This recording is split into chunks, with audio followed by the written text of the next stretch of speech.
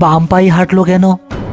আর তার শরীর থেকে কেমন একটা পচা ডোবার গন্ধ ভেসে আসছে বাতাসে।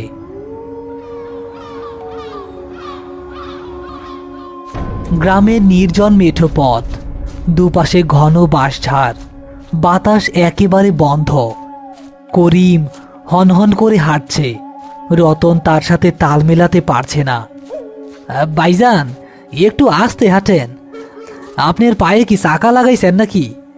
আর আপনি আজকা কথা কইতাছেন না কেন? মাছের ধ্যানে আছি রতন, কথা কইলে মাছ পালায়। ভাইজান, একটা জিনিস খেয়াল করছেন? বাঁশঝাড়ের ওই মাথায় কে যেন বসে আছে।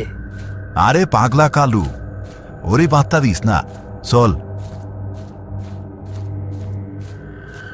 বাঁশঝাড়ের নিচে আসলেই কালু ফকির বসেছিল, ছেঁড়া কম্বল গায়ে। রতনদের দেখেই সে বিকট স্বরে হেসে উঠল। ও রতন, কার পিছে যাস? কার পিছে যাস? যার ছায়া নাই তার পিছে গিয়া কি মরবি? ওইটা তো মানুষ না, ওইটা মায়া, মায়া। এই পাগলা, চুপ কর। ভাইজান, দেখছেন পাগলে কি কয়? পাগলের কথায় কান দিস না রতন, বিগিয়াই সাবরছে, পানির শব্দ শুনতে পাস? পদ্মা দিঘির পার, দিঘির পানি তেলতেলে কালো। চাঁদের আলো পানিতে পড়ে অদ্ভুত এক মায়া তৈরি করছে। ছদ্মবেশী করিম দিঘির একদম কিনারে গিয়ে দাঁড়ালো। রতন, তুই পানিতে নাম, আমি পারে থাকি। তুই ধামা দিয়া কাদা থাক, মাছ পাবি। ভাইজান, আপনি নামবেন না? পানি তো অনেক ঠান্ডা পানি হইতেছে। আর গন্ধটা, ভাইজান, এই পচা গন্ধটা আপনার শরীর থেকে আসতেছে না তো? করিম ঘাড় ঘুরিয়ে রতনের দিকে তাকালো। তার চোখ দুটো এখন আর স্বাভাবিক নেই, জ্বলন্ত কয়লার মতো লাল। মুখে কোনো হাসি নেই, চামড়াগুলো যেন ঝুলে আছে। এক গন্ধ, হ, কবরের গন্ধ।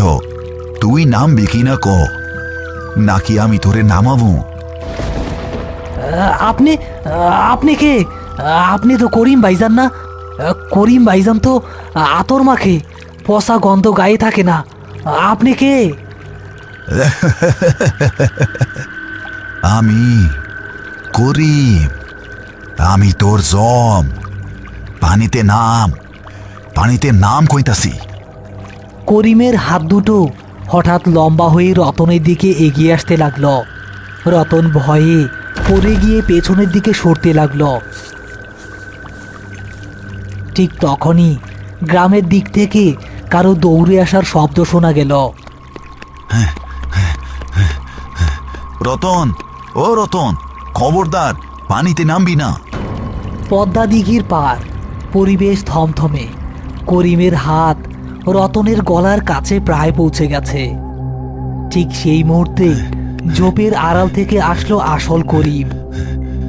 এক হাতে হ্যারিকেন আর অন্য হাতে একটা লোহার শিক নিয়ে বাঘের মতো গর্জন করে বেরিয়ে এলো।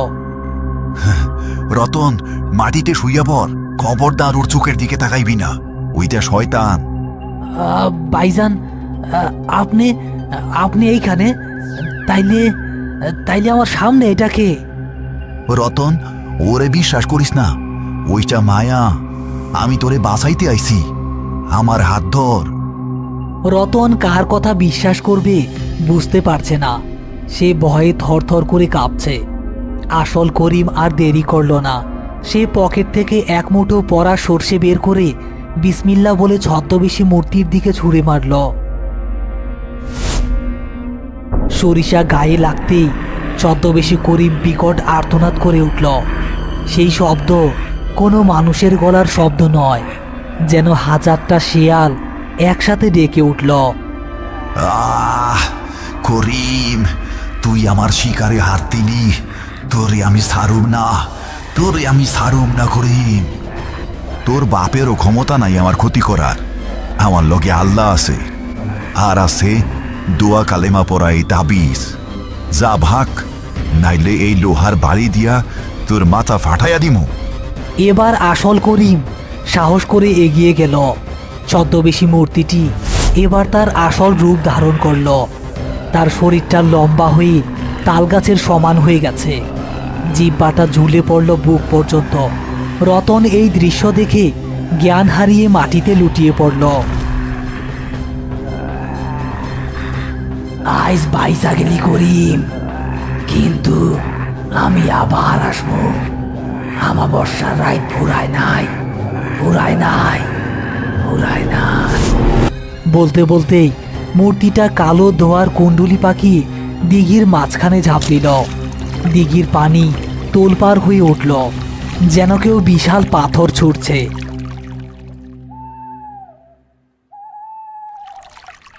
কিছুক্ষণ পর দিঘির পাড়ে রতনের জ্ঞান ফিরেছে।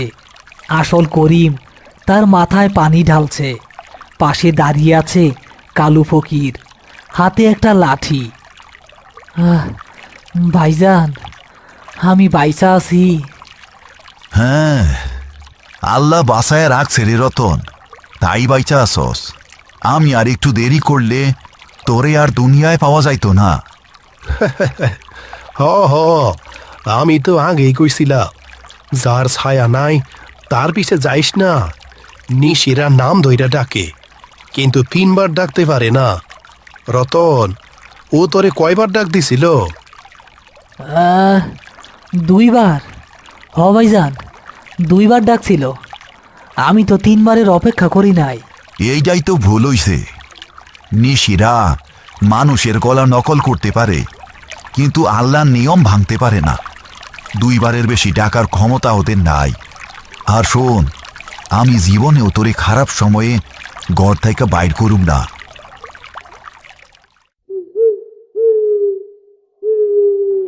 রতনের বাড়ির উঠান, শেষ রাত।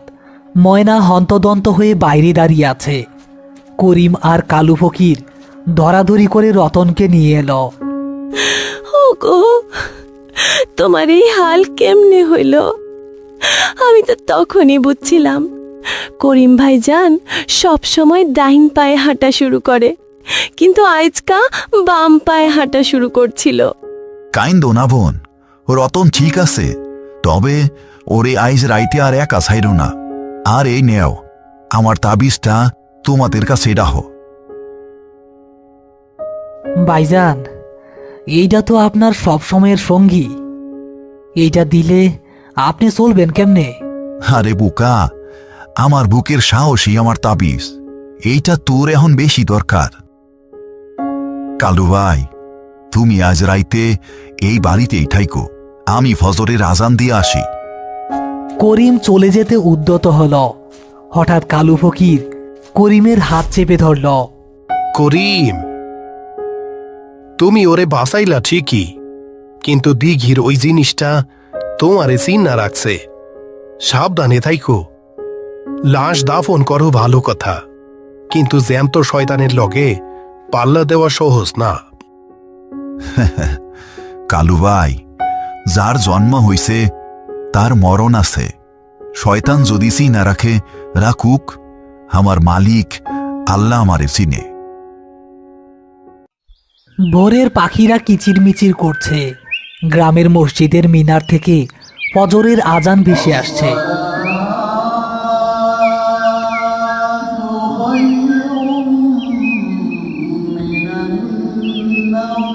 রতন তার দাওয়ায় বসে সেই আজানের ধ্বনি শুনছে। তার হাতে করিম ভাইজানের দেওয়া সেই তাবিজটা সকালের রোদে চকচক করছে। ভাইজান ঠিকই কইছে, ডাক দিলেই যাইতে নাই। আসল ডাক আর নকল ডাকের তফাৎ যে বুঝে না, তার জীবন দিঘির তলে হারাইয়া যায়। রতন, রতন, সর্বনাশ হয়ে গেছে।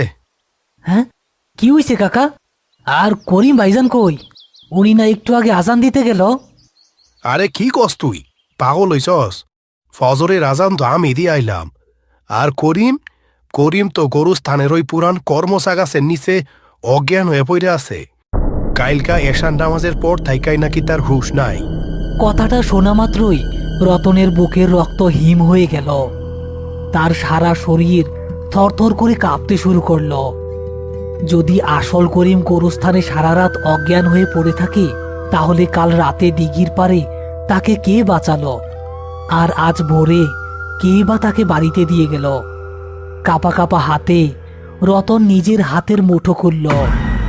সকালের পরিষ্কার রোদে সে দেখল তার হাতে জিনিসটা করিম ভাইয়ের দেওয়া কোনো রূপার তাবিজ নয়, একটা পচা মানুষের আঙুলের হার, আর তাতে জড়ানো পুরনো কাফনের কাপড়ের টুকরো। ঠিক সেই মুহূর্তে রতনের ঠিক পেছনের বন্ধ ঘরটা থেকে অবিকল করিম ভাইজানের গলায় কেউ খিলখিল করে হেসে উঠল। কি রে রতন, আমি কইছিলাম না আমি আবার আসমু?